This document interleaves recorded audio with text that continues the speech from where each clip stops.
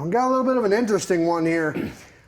This vehicle was a running and driving vehicle. It belonged to the customer's father and mom.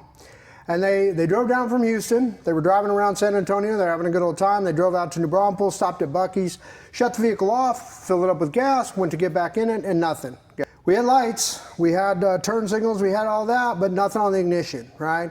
So your first thought, starter, electrical, bad ground, something like that. Well, they had the vehicle towed from BUC-EE'S in New Braunfels out to Bernie where the customer lives. Of course, you know, he had some friends that were technically inclined, I guess you can say. None of these were actual technicians. These were just friends that were home mechanics. At the end of the day, you know, they had gone through it. They checked all of the easy stuff, didn't find anything that, you know, they could fix. The customer living in Houston left, got a wrecker, had the vehicle towed back to Houston. The story gets fairly interesting in Houston because at no point, at least to my knowledge, the customer's story, did a real technician touch this vehicle, not once. This was a friend of a friend, a cousin, a brother, somebody with their garage. Well, in all of this, I mean, they threw the kitchen sink at this problem. Now, a couple of interesting things. Key on, lights on, all the lights worked, horn, windows, wipers did not work. But the horn worked, windows worked, turn signals worked, flashers worked. But when we turned the key on, we did not get a service engine soon light, and this vehicle would not in any way talk to a scan tool. Now the customer has his own scanner, his father has a scanner. They tried two different brands of scan tool. The thing would not communicate with a scan tool at all. Zero CAN bus communication to any module. So this went on for a period of time. Different people getting in here and throwing parts at this, okay?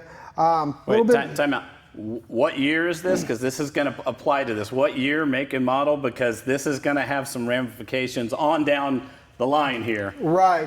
This is a 2007 Nissan Frontier, okay, with a 4.0 liter automatic transmission, two-wheel drive. Two-wheel drive's important. Two-wheel drive's important, guys, to this story. Will make sense later. Yes. But very common drivetrain. In fact, my wife has the Xterra version of this, the SUV. Same drivetrain, same motor, same transmission, same year. 200 and almost 20,000 miles on it. This has 113,000 miles on it. Very well taken care of. This was bought new. This was their daily driver for the mother and father of the customer. Well, up in Houston, this gets interesting, like we were saying. It goes to various people, none of whom is a technician. They throw the bevy of parts at this truck. First up, used engine control module. Never a good idea, period.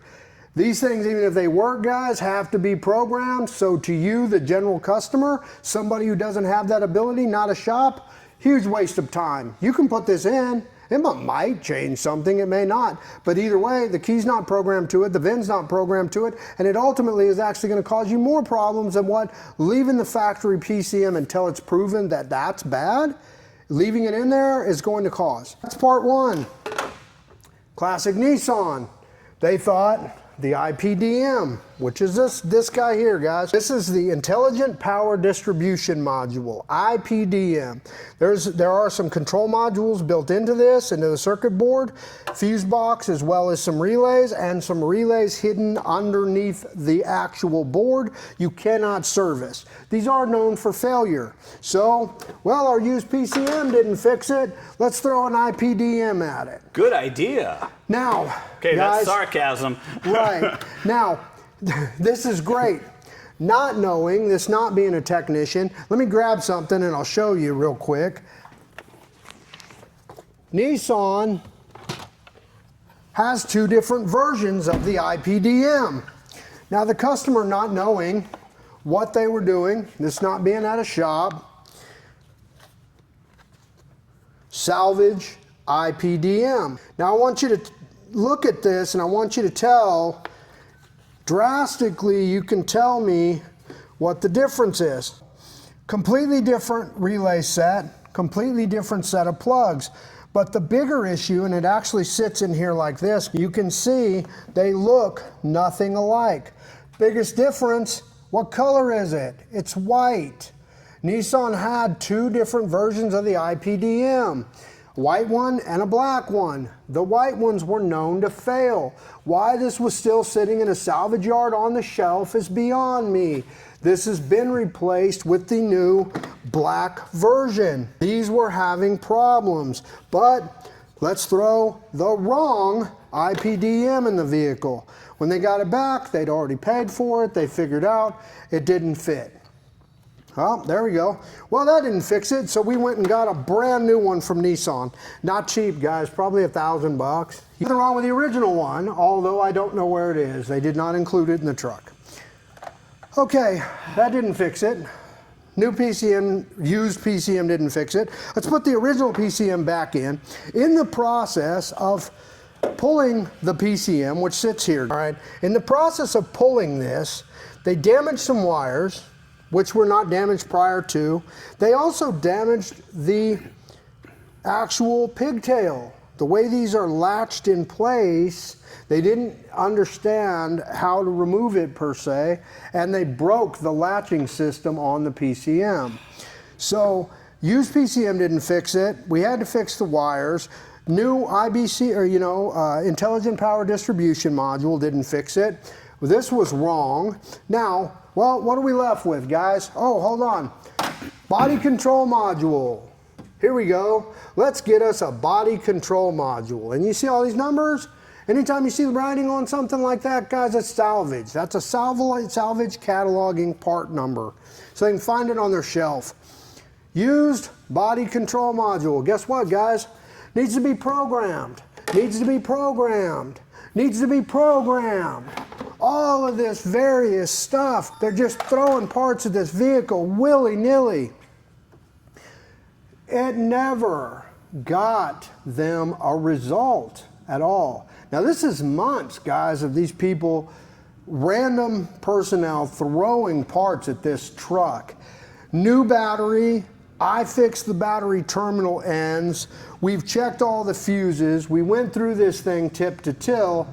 What we realized after making sure all powers and grounds were good, we had all signals from the ignition switch all the way through and cross over to our IPDM.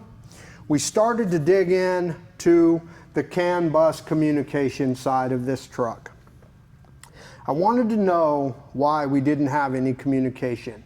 Now that I made sure all of the wiring was good, our wiring at the PCM was good, that we had good continuity back through the wiring set, everything was okay, and we still had no communication. So I basically had to start from scratch, go backward. Then it was time to start checking the CAN bus.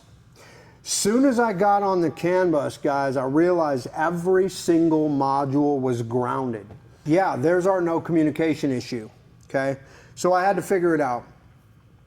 We started really looking at the modules on the tree as we moved down through the various systems. We started with the instrument cluster. That's at the top of the tree, guys. That's where we go. The top of the tree, we got to pull the instrument cluster, known failure. We had to disassemble the entire upper section, the lower section, all of that over there on the other side. Okay, all of that wiring, spare parts, glove box, upper glove box, all of that had to be disassembled for us to start tracking CAN bus lines. So we eliminated the instrument cluster.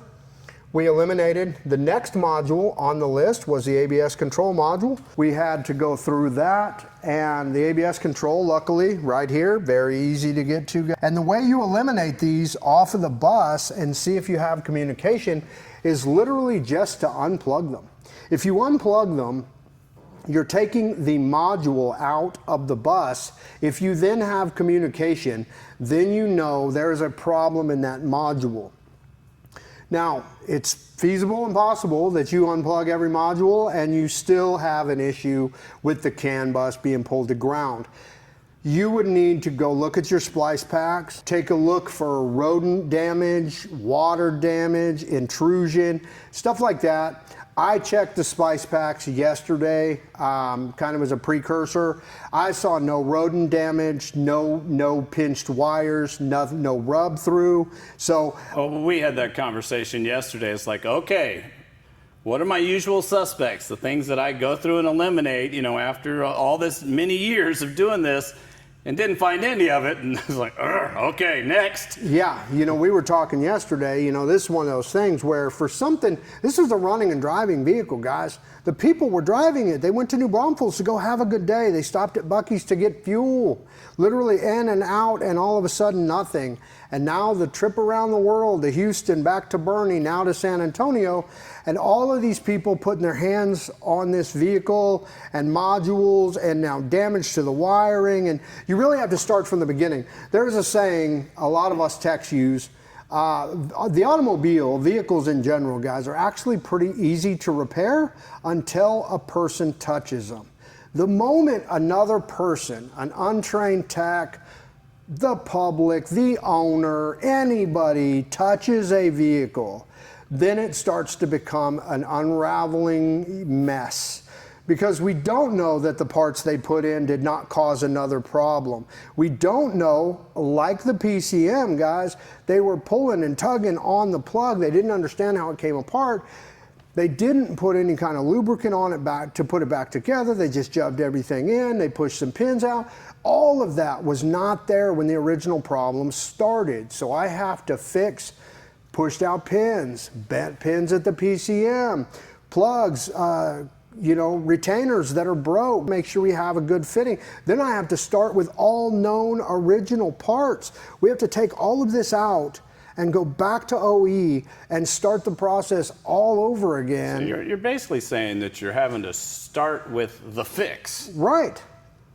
Then go back, and it just gets ridiculous sometimes. Exactly, man. We have to go all the way back to the beginning and fix everything that was never broke when the vehicle originally failed. This vehicle had never been serviced other than for generalized maintenance. They did their oil changes, brakes, tires. This vehicle had not had any major work done on it. We had this failure.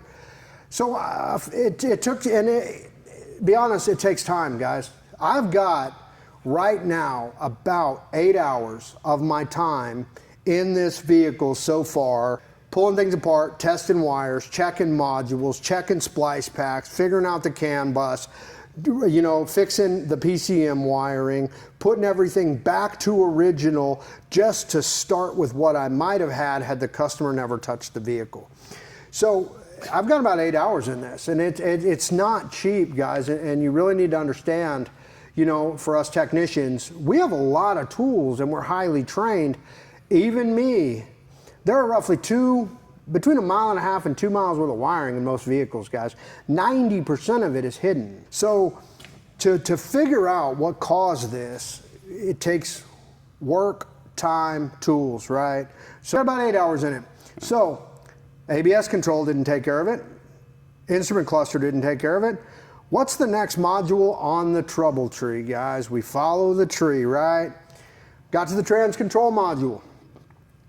Next one, unplug the trans control module. Voila! Communication.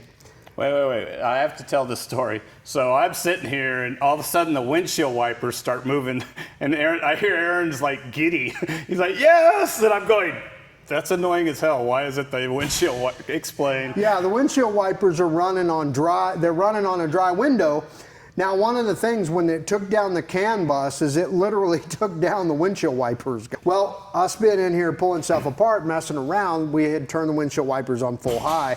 So when we unplugged the trans control and got CAN bus communication back to now the body control, when I turned the key on and saw that the check engine light had illuminated, all of a sudden the wipers are going 90 to nothing.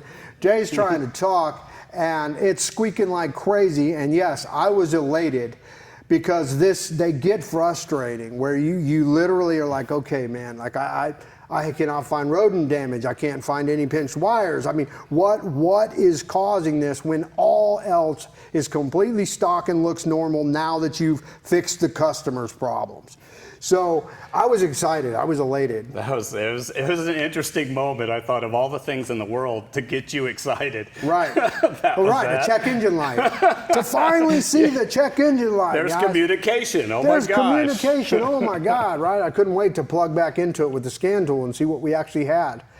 After everything was put back together, crazy enough, did a basic relearn on it, and the only thing causing us a problem is indeed the trans control module.